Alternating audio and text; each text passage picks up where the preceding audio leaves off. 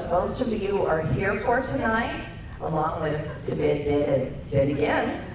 It is my pleasure to introduce to you someone that the Collie Health Foundation has been dealing with for many, many years. She is our go-to researcher. She has done so many projects for Collies and Shelties, and there could not be a greater comfort level with her, with us. And she is one of those researchers that always crosses the T and dots the I's. So please give a warm welcome to Dr. Leigh Clark.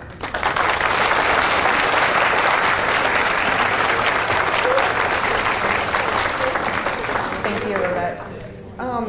Hey, you guys on the ends, you're gonna need to see the slides. So I'm gonna say rearrange yourself so that you can see this, or there's not much point. Okay. Okay. So today's lecture, it's just that, it's a lecture.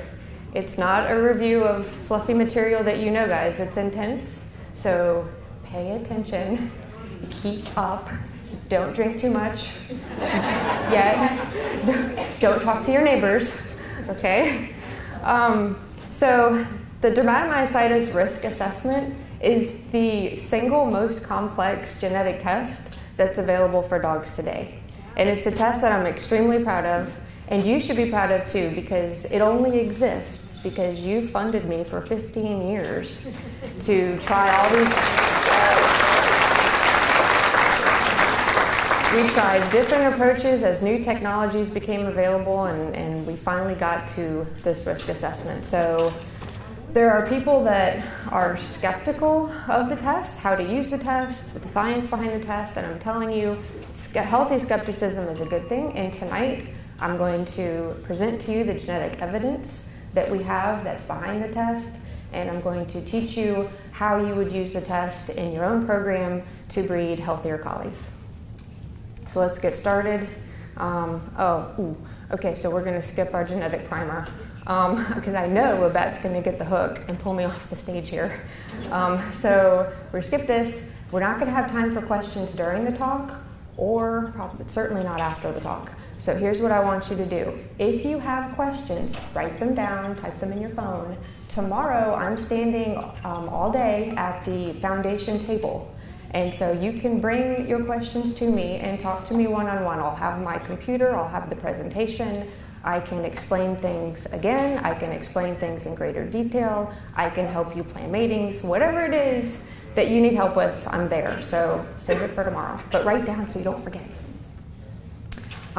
Okay, so I wanted to first give you the reminder of what it is you're typically used to, and that is a phenotype or a trait that's controlled by a single gene. And so you might hear that called like a simple Mendelian trait, monogenic, like your typical autosomal recessive, autosomal dominant. These are controlled by one gene. And so this is what the Punnett square would look like for something like that. This is smooth versus rough. Rough is recessive, right? So 2 recessive alleles and you get the rough collie. Smooth's dominant. 1 or both alleles are dominant in your smooth collie. So this is the Punnett square, and it's showing you if I crossed this dog with this dog, and these are their genotypes, what's the breakdown of my progeny? Yes? Okay, and you know you have our sperm and our eggs are our gametes. Each gamete is going to carry 1 allele. So this dog that's heterozygous for big L and little l is either going to contribute the big L or the little l. And same with this dog that's heterozygous. And then these are the different possibilities. There are 3 possible genotypes. You're homozygous big L, homozygous little l, or you're heterozygous and you have 2 different alleles. And remember, alleles are just, it's an alternate form of a gene. So everybody has all the same genetic components, but the versions of your genes might be slightly different. So these are alleles, this big L and little l. And this equates to 2 different phenotypes. You can be a smooth dog, you can be a rough dog.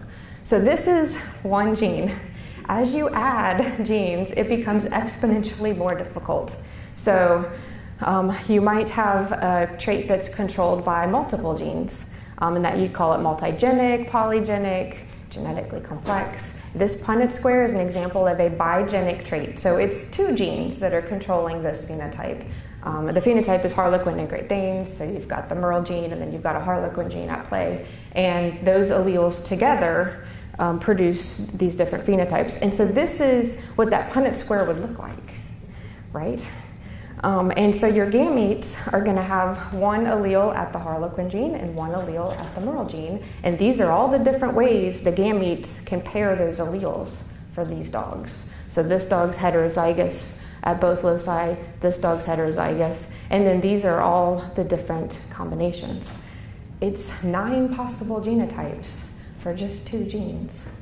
And they produce 6 different phenotypes. So harder. But not today, guys. We're dealing with a trait today that's governed by 3 genes and also the environment, because 3 genes isn't hard enough.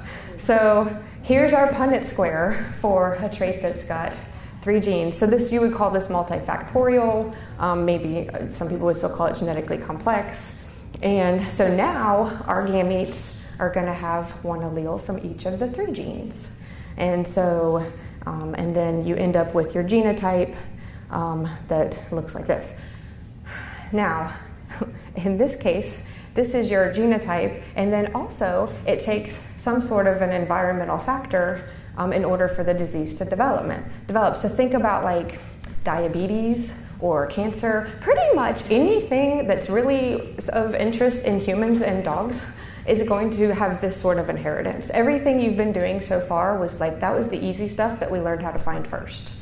And now we really have the tools where we can find the genes underlying these complex phenotypes. So this is the future. And you guys just happen to be the first group that has this test. So you're sort of the pioneers here. Environmental triggers can be, again, think obesity, diet, amount of exercise. You can also have things that are triggered by maybe having a virus or being exposed to a toxin. So those are the sort of environmental factors that are involved. And so when you have 3 genes involved, there are 27 possible genotypes. Here they are, guys. And in our case, there are only 2 possible phenotypes. You're affected with dermatomyositis or you're not. So a little bit about the disease. So dermatomyositis, we call it DMS to distinguish it from all the other DMs. But DMS is basically, it's an autoimmune vasculitis. So you get an inflammation of the blood vessels, and it tends to occur where the vessels are real thin. So if you think about like the knuckles on your hand or your elbow, or like underneath your eyes, if you're a dog, your tail tip, these are areas where the skin's real thin, and that's where the lesions tend to develop. And so the lesions can be, they usually start on the face first. They can be on the ears, and they can extend to the legs. So like some mild cases of dermatomyositis, you might only ever see a few spots on the face, under the eyes, and not much more. But it's a whole spectrum, and as the phenotype gets worse, you tend to get it more on your legs.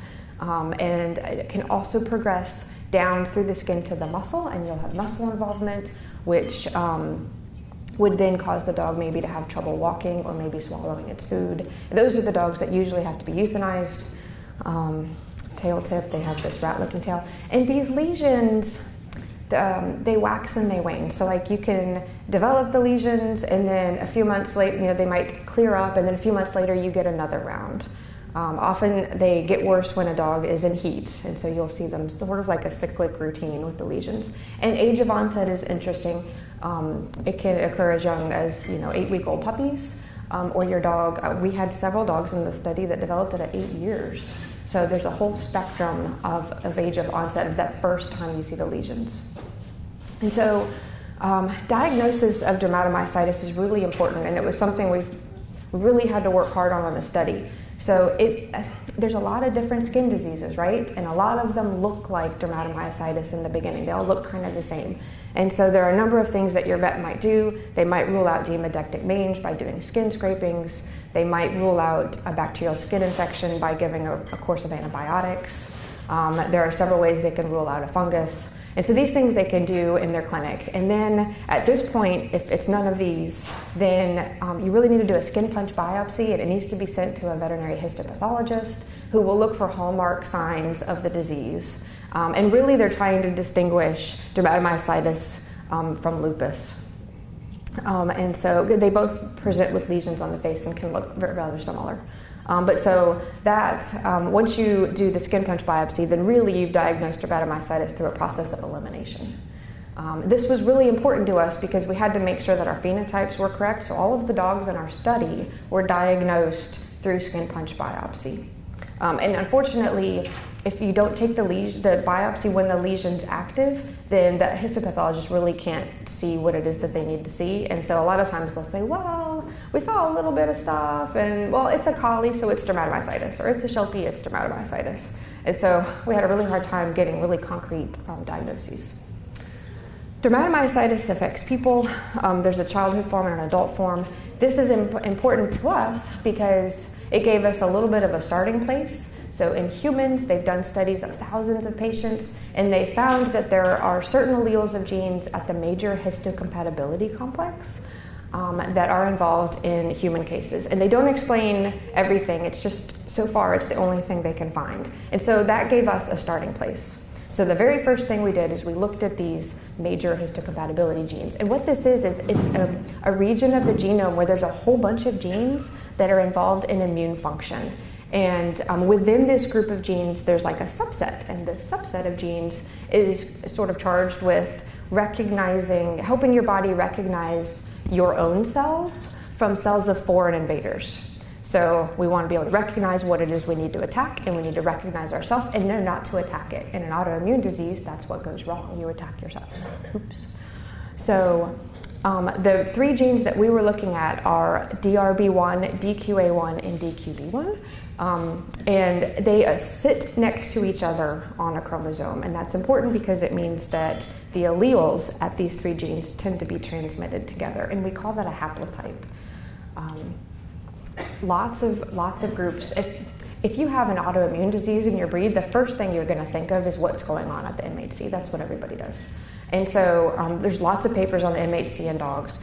There are lots of different alleles at these genes. You want to have nice diversity at these alleles. And so, but there are lots of studies that attribute certain alleles to a higher risk of an autoimmune disease. So for example, in Nova Scotia duck tollers, they get arthritis if they have this particular haplotype. See these numbers, 601, 5011, 2001? Those are the allele names. They're numbered. There's a universal system for naming them, so we're all using the same numbers around the world.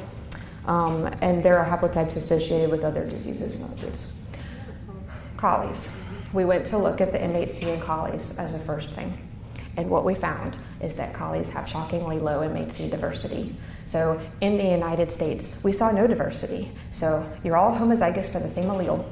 And that haplotype is 201, 901, 101. So 91% of collies in our study were homozygous for this, which is shocking. Now, in any genetic study, basically what we're doing is we're going to take a population of affected dogs and a population of control dogs, and we're going to say, genetically, what's different between them? Do we see a region of the genome where the affected dogs have something different that the healthy dogs don't? That's what we're always doing, no matter how we're generating our data. And so I had my population of 40 affected collies, 185 unaffected collies, and these pie charts represent the alleles, and this haplotype is represented by the blue, and you can see it's just a big blue Pac-Man. And so I can't see anything from this. If there's no variation, I can't see that there's a difference that exists. So this is bad news bears.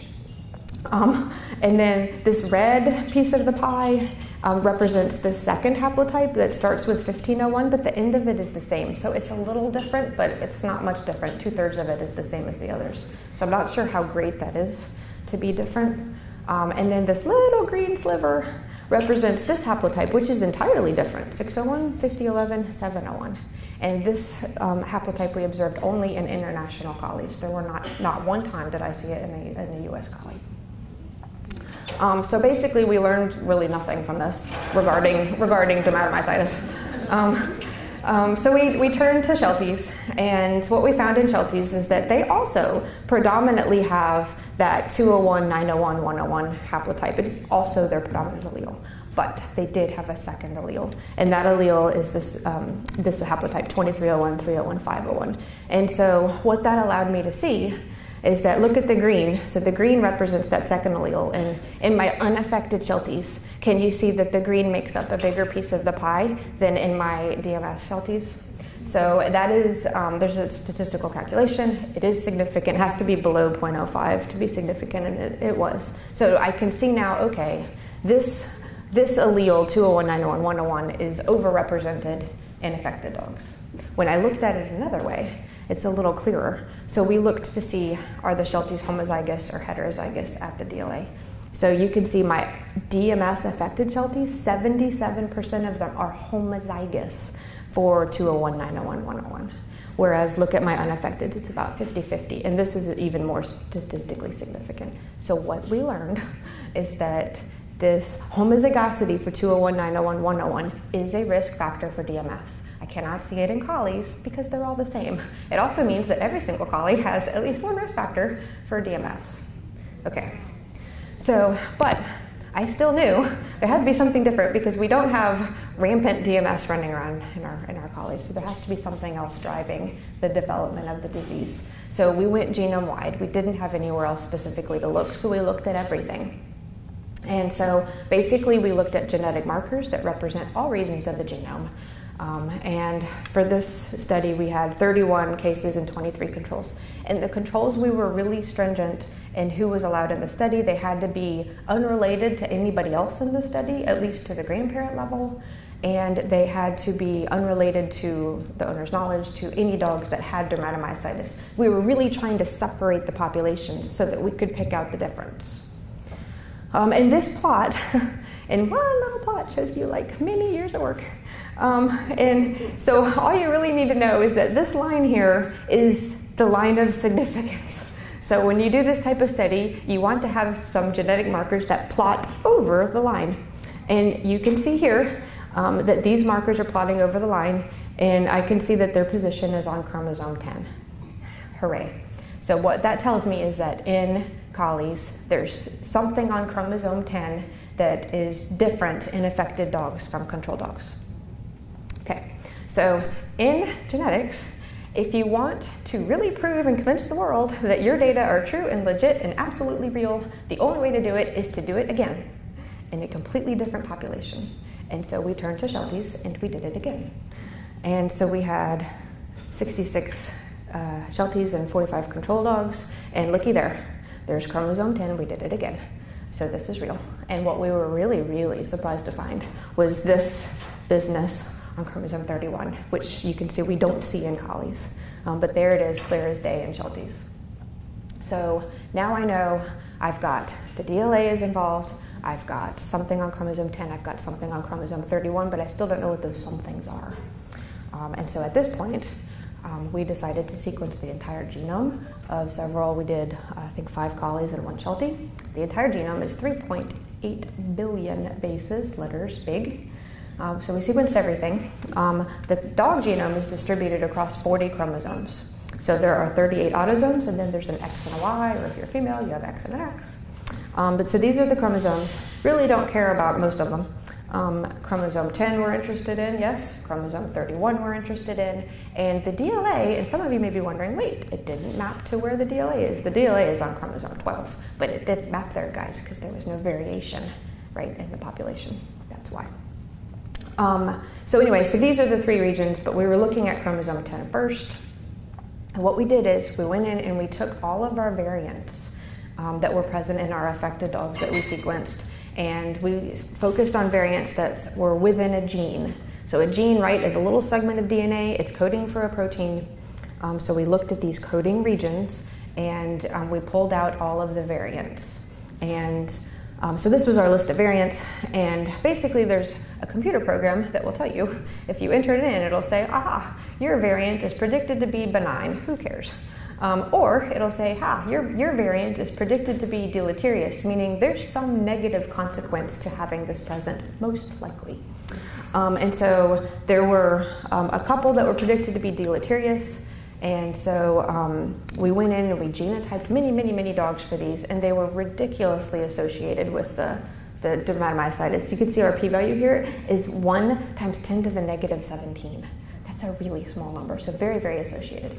And there were two, and they were sitting right next to each other, but one of them was predicted to be much more deleterious than the other, so we focused on that one. You can't actually tell the two apart because they're sitting right next to each other. But we focused on that one. It was in a gene called PAN2. So this gene, right, encodes a protein, and the protein has a sequence. And so this is a little segment of sequence from the gene. It doesn't matter what it is. But look at this position. So see that R? What I want you to notice is that it doesn't matter if you're a dog or a frog or if you're bread mold. You should have an arginine there, which is represented by that R. Well, if you're a dermatomyositis dog, you have a cysteine. And so when something is conserved as far back as bread mold, it tells you it's really important and it shouldn't change. Okay, so this was our guy, our PAN2 mutation. We found that 97% of affected collies and shelties possessed at least one copy of this change. This, guys, is the A locus. Okay, we looked at chromosome 31. And it was a smaller region. We had fewer genes, and one of them was kind of the screamer. It was a deletion. So within this gene, there's a region that you can see here is conserved all the way down to chickens. And they all have this region, and the dogs with dermatomyositis, it's deleted, it's not there. This particular region is important. Another protein comes and binds this region and helps to regulate the gene. When we looked at this one, 88% of affected shelties and 39% of collies possessed this one.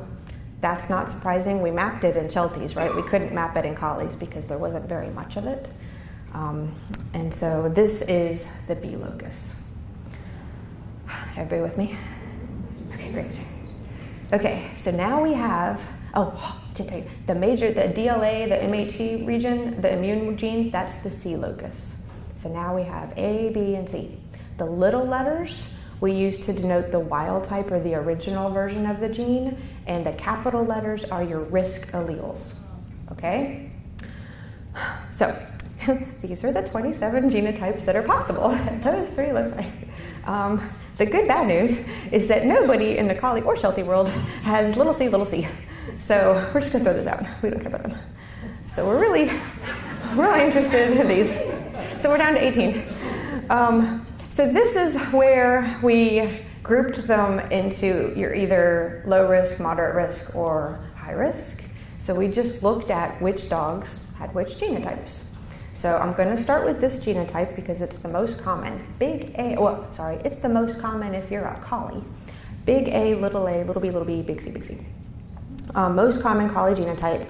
And we observed it in 19% of our entire study population, which, by the way, we increased to 520 some dogs at this point because we wanted to include dogs that were now relatives of other dogs or relatives of a DMS dog. So we lowered the standards, we upped the population until our risks weren't moving anymore. So we saw this genotype in 94 healthy dogs and only 4 dogs with dermatomyositis. And so we classified that. It means it's about a 4% risk. So we classified that as low. So that's a low risk genotype. The second most common genotype in collies, I'm happy to say, is little a, little b, little b. Yay. And so we saw this genotype 62 times, and 2 of those dogs had dermatomyositis, also low risk. With me? Okay. This genotype is the third most common collie genotype. Big A, little b, big C, big C. And this genotype we observed in 34 healthy dogs, but 22 DMS dogs. So that's 39% penetrance. So 39% of the dogs with that genotype went on to develop the disease or had already developed the disease. And so this is a moderate risk genotype. Okay, fourth most common, and most common if you're a sheltie. is little a, big B, little b. Don't see this much in collies. And we saw it in 42 healthy dogs and not one dermatomyositis dogs, low risk. Aha. Look at this one. Big A, big B, big B, big C, big C. This one we saw in 26 affected dogs and only 3 healthy dogs. And so this equates to 90% penetrance. 90% of dogs that had this genotype had the disease. This is a high-risk genotype. Big A, big B, big B, big C, big C. Oh, worst case scenario. This is as bad as it gets. And we observed this genotype 22 times in the study and never ever in a healthy dog. Okay, since the study we've seen it several more times, always in an affected dog. So far it is 100% penetrant. If you have this genotype, you're toast.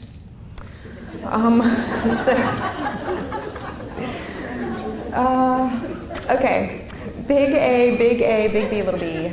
Another high risk, we saw it 24 times, 22 sick dogs. High risk. Last two, big A, big B, little b, big C, big C. This is the most number of risk alleles that you can have and not have dermatomyositis. So this is a low risk genotype. We saw it in 36 healthy dogs and 2 affected. And then the last one is a moderate risk, little a, big B, big B. Never saw it once in a collie. I see it in Shelties frequently. And it's a 50-50 genotype, so it's moderate risk. Okay, so we've knocked out this column. And all of these dogs were homozygous for big C, which is pretty much most of you guys. The other collie column is mostly Shelties. But so most of the genotypes, the low risk are still low risk. This moderate risk and this high risk is, they're still high risk. That big A, big B, big B, that little C can't save you. But what I want to draw your attention to is this. This is a moderate risk genotype if you're big C. But if you have one little c, it's now a low risk. And look at this. These two are high risk genotypes. You add one little c, and now you're moderate risk. And so your risk of DMS is lower if you have a little c. You guys don't have a little c. Oh. So we'll get to that later. So to recap, so we've got all of our genotypes divided into high, moderate, low risk. Your high risk if 90% or more of dogs were affected. Moderate risk is roughly 50-50. And then low risk, basically, I'd be stunned if anybody saw an affected dog with one of these genotypes. It's super rare. And so I want you to notice something. I want you to notice all of the dogs with the risk, moderate or high risk, they all are big A, and or big B, right? So what this means is that both parents contributed the risk allele. So all of you people who call me up and say, but could it be the sire? No, it's both. It's always both dogs with dermatomyositis. Your dog is never innocent. It's always both dogs. That's how that works. So that's really key. It's not something that goes down from one dog, from just one dog. So there's always homozygosity. Let's see what else. Okay, when we did the study, I'll do this real quick. When we did this, we had 390 control dogs. And I said we ran the study up to like 500 some dogs until those percentages that I was talking about, the 90% and whatever, until they stopped moving. When they stopped moving, I stopped collecting dogs. So that's how we kind of settled out on our study size. So in the 390 healthy dogs we studied, 84% of dogs had low risk genotypes, 15% had moderate risk, and only 1% had high risk.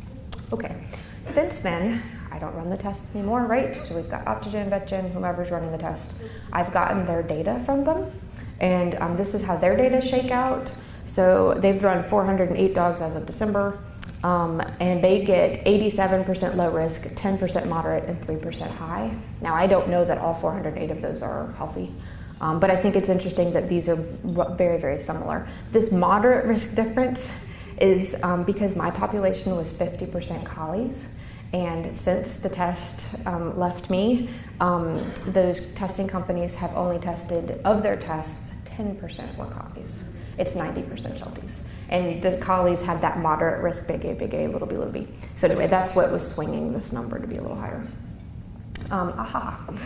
The risk applies only to the dog tested. It means nothing about anything else. So when you run the DMS risk assessment and it comes back low risk, it means it's highly unlikely that your dog will develop the disease. Or if it comes back high risk, it's highly likely your dog will develop the disease. And if it's moderate risk, I'm sorry, your dog may develop the disease, it may not. But that's what it means, and it means that only for your dog. It has nothing to do with the puppies. A low-risk dog can produce high-risk puppies. A high-risk dog can produce low-risk puppies. So it's all about the pairings. So you can use the test to determine if your dog is going to develop it or not, fine. But what I really want you to do is use the test to pick a mate for your dog. Then that breeding combination will only give you, hopefully, low-risk puppies. That's really the utility of the test. Oh, this is interesting, age of onset. So we went back through our data, and when the dogs were rescues, we didn't know anything about them, but we tried to collect either the age when the dog first started developing lesions or the age at which it was biopsied and diagnosed. And we found that the more risk alleles you have, the younger you develop the disease. So those dogs that were big A, big B, regardless of C, on average developed it at about 5 months of age, usually after their vaccinations. And so what that basically tells me is that these dogs, because 100% of these dogs develop the disease, it tells me you don't really need a trigger, or trigger is life. You know, trigger was the trip to the vet in the car or whatever. Life is the trigger. But these dogs up here that were big A, big B, or big B, so they only had 2 risk alleles at A and B, these dogs were about 1.5 years on average at age of onset. And so I think these are the dogs that really need that trigger. So usually it's, you know, I got shipped on a plane, or I got driven across the country, or I got stung by bees, or so usually there's some stressful event that triggers the immune response, and then that's triggered by the C locus, and then the A and the B genes are, I believe, not being able to turn off that immune response in good time. They're just not quite as good at turning off the immune response, and it lingers too long, and then you develop the disease. You're not the only ones that have A, B, and C, guys. We looked at 30 other breeds, at least 5 dogs from 30 other breeds, and we found that most other breeds do have A, B, or C. But what's unique about you is you have really, really high frequencies of A, B, and C. So probably there's something nearby that you're selecting for that you like in your phenotype, and you kind of drove the frequency up high. So we saw it, these breeds we didn't see it at all. These breeds all had 1, means they had either A or B or C. And let's see, English Cocker Spaniels were interesting because 80% of English Cocker Spaniels had the big B. But English Cocker Spaniels don't have dermatomyositis, and that's because they don't have B, or they don't have A or C. So in other words, B all by itself isn't a problem. Okay? If you look at Yorkshire Terriers, 60% of them have big A. They don't have dermatomyositis. That's because they don't have C, probably most likely. Also, they don't have B. So A all by itself isn't a problem. These dogs had 2 risk alleles, but in every case, one was like super rare, and then the other one varied. Except for Jack Russell Terriers, which had moderate amounts of both of them. And if you look in the literature, they're diagnosed with the cutaneous vasculitis. I'm gonna go with probably dermatomyositis, but they only name it dermatomyositis if it's a Collie or Sheltie. It's true, yeah. Otherwise, it's dermatomyositis like. And then 3 risk alleles were in Cardigan Welsh Corgis, which do occasionally present with DMS, and Cairn Terriers, which, as far as I know, never ever present with DMS. But if I look at Cairn Terriers, I think we studied 50 of them, and I think 1 of them had the C locus, so it just has a really low C locus. So you might wonder if A, B, and C are really bad. Why did we breed them up? Why didn't we wipe them out? And the answer is, well, you couldn't wipe out big C because that's all you got. And I think you did wipe out B. I think you had a lot of B in the 80s, and I think by breeding away from DMS, you got rid of most of it. There is some B out there, but it's very low. And A is really interesting because it happens to be sitting right next to the gene that causes Merle. And when two genes are sitting next to each other, their alleles tend to be transmitted together. And so if you think about your gametes now, we've got M and the A locus here. If you're big M, the PAN2 gene, its allele is little a. So that means that big M travels with little a. So I don't know if you've noticed, but Merle collies don't get dermatomyositis. There were none in my study, and when we looked at it statistically, they were underrepresented by quite a bit. Now, if you're a Sheltie breeder, plug your ears, you guys do, because you have the B locus. But so I think the problem is that if you were going to select for the populations that didn't have dermatomyositis, you would have to go to those Merle populations, and do we breed Merles to Merles? So you had no hope of getting rid of it that way. You were kind of stuck with it because when you look at a solid dog, you can't tell if that dog is big A or little a. But if you guys look at a Merle dog, 99.9% of the time, guys, it's big, it's little a.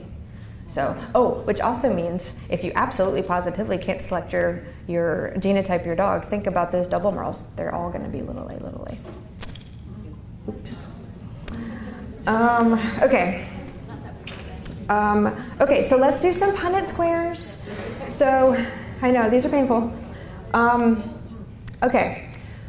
The most common mating, probably because it's the most common genotype in your dog. Hey, classroom. Shh. Big A, professor. I don't tolerate that. So big A, little B is your most common genotype. So if you think about that mating, this is what your Punnett square would look like. This is how you fill it in. Look, that little a travels down there. That big A, those big A's, then the little B's go down, right? So you fill it in like that. We'll jump through that. Oops. Okay. And so when you do this Punnett square, 25% of your puppies now have a 39% chance of developing dermatomyositis, if that's the breeding you chose. It's not horrible. But ideally, you would breed that big A, little a dog to a little a dog, and then 100% of your puppies have low-risk genotypes. So not saying don't breed the big A dogs. I'm saying think about how you breed your big A dogs. Yes? Okay. If you don't have B, don't get B.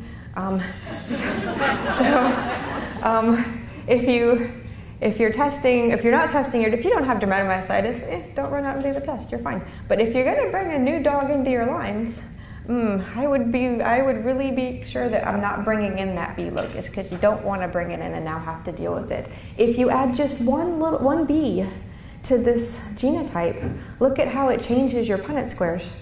Now it's still 25% of your litter at risk, but half of those dogs have a 90% or greater chance. They're high-risk dogs. So you're upping the risk of developing the disease. And not only that, half of your puppies are going to have big B, and now you have to be careful which ones you keep. So don't get big B.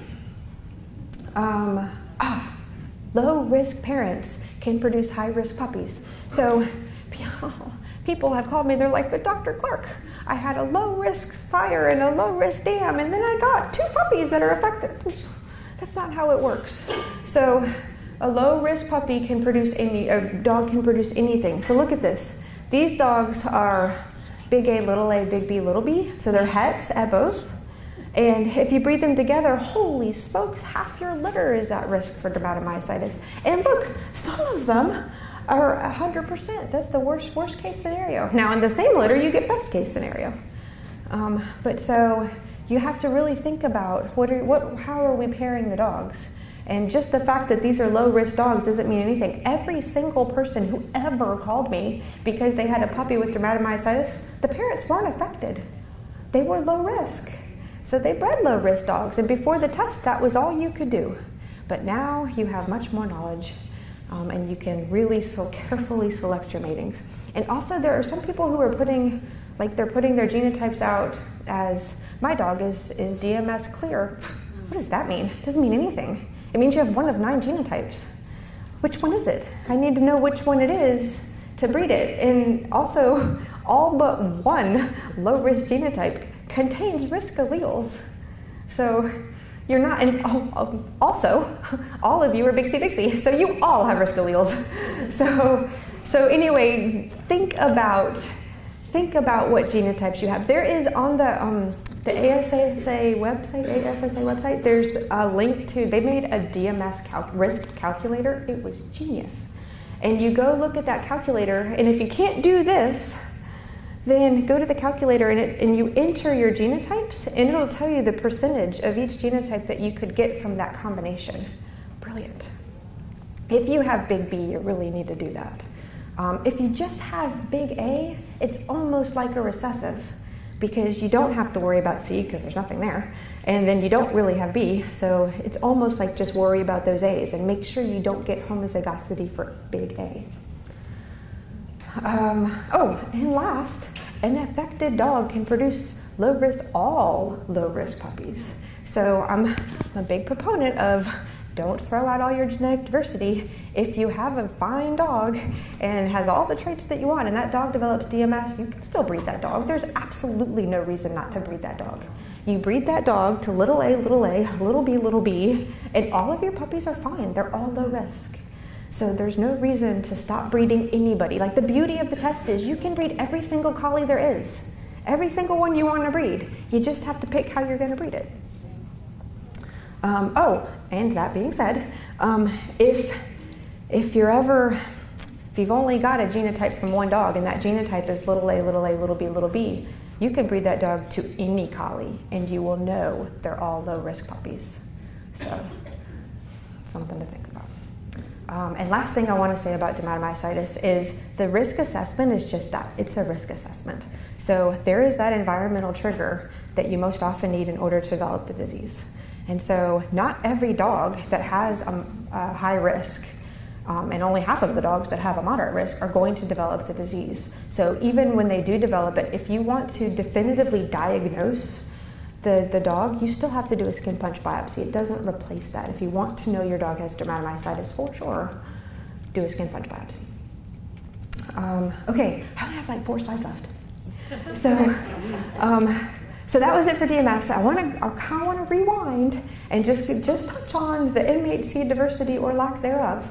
And so remember, all U.S. collies have either this 201 or 1501, but basically one of these 2 haplotypes, which are very, very similar. And we saw this 3rd haplotype only in international collies. So if you'll remember, we looked at international collies a few years ago. You funded us to do that.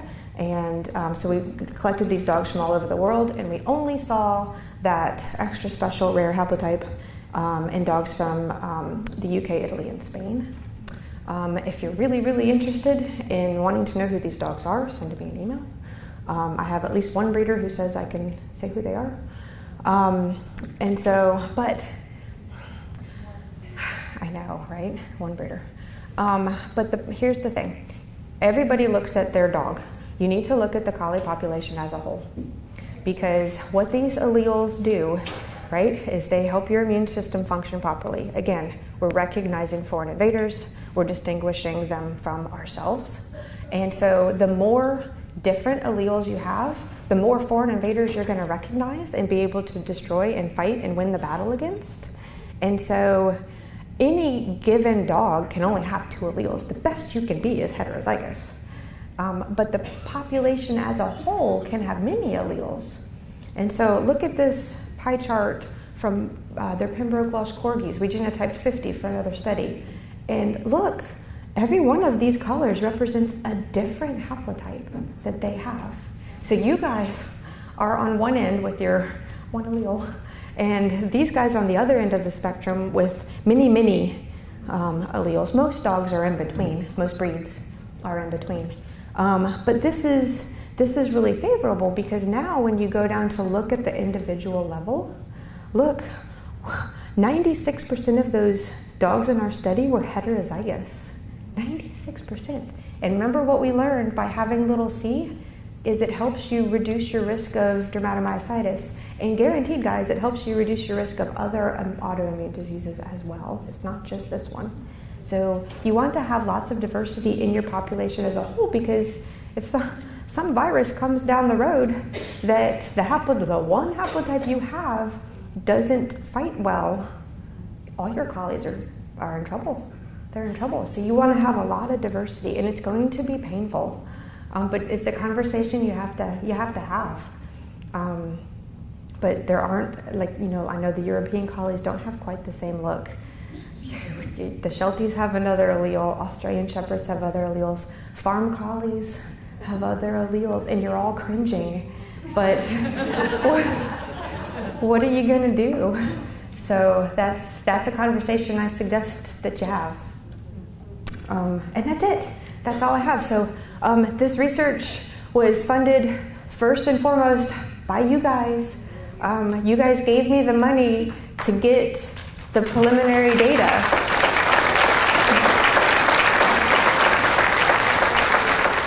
You gave us the money to get this preliminary data that we then turned, and we went to the government, and we got another $315,000 from the government.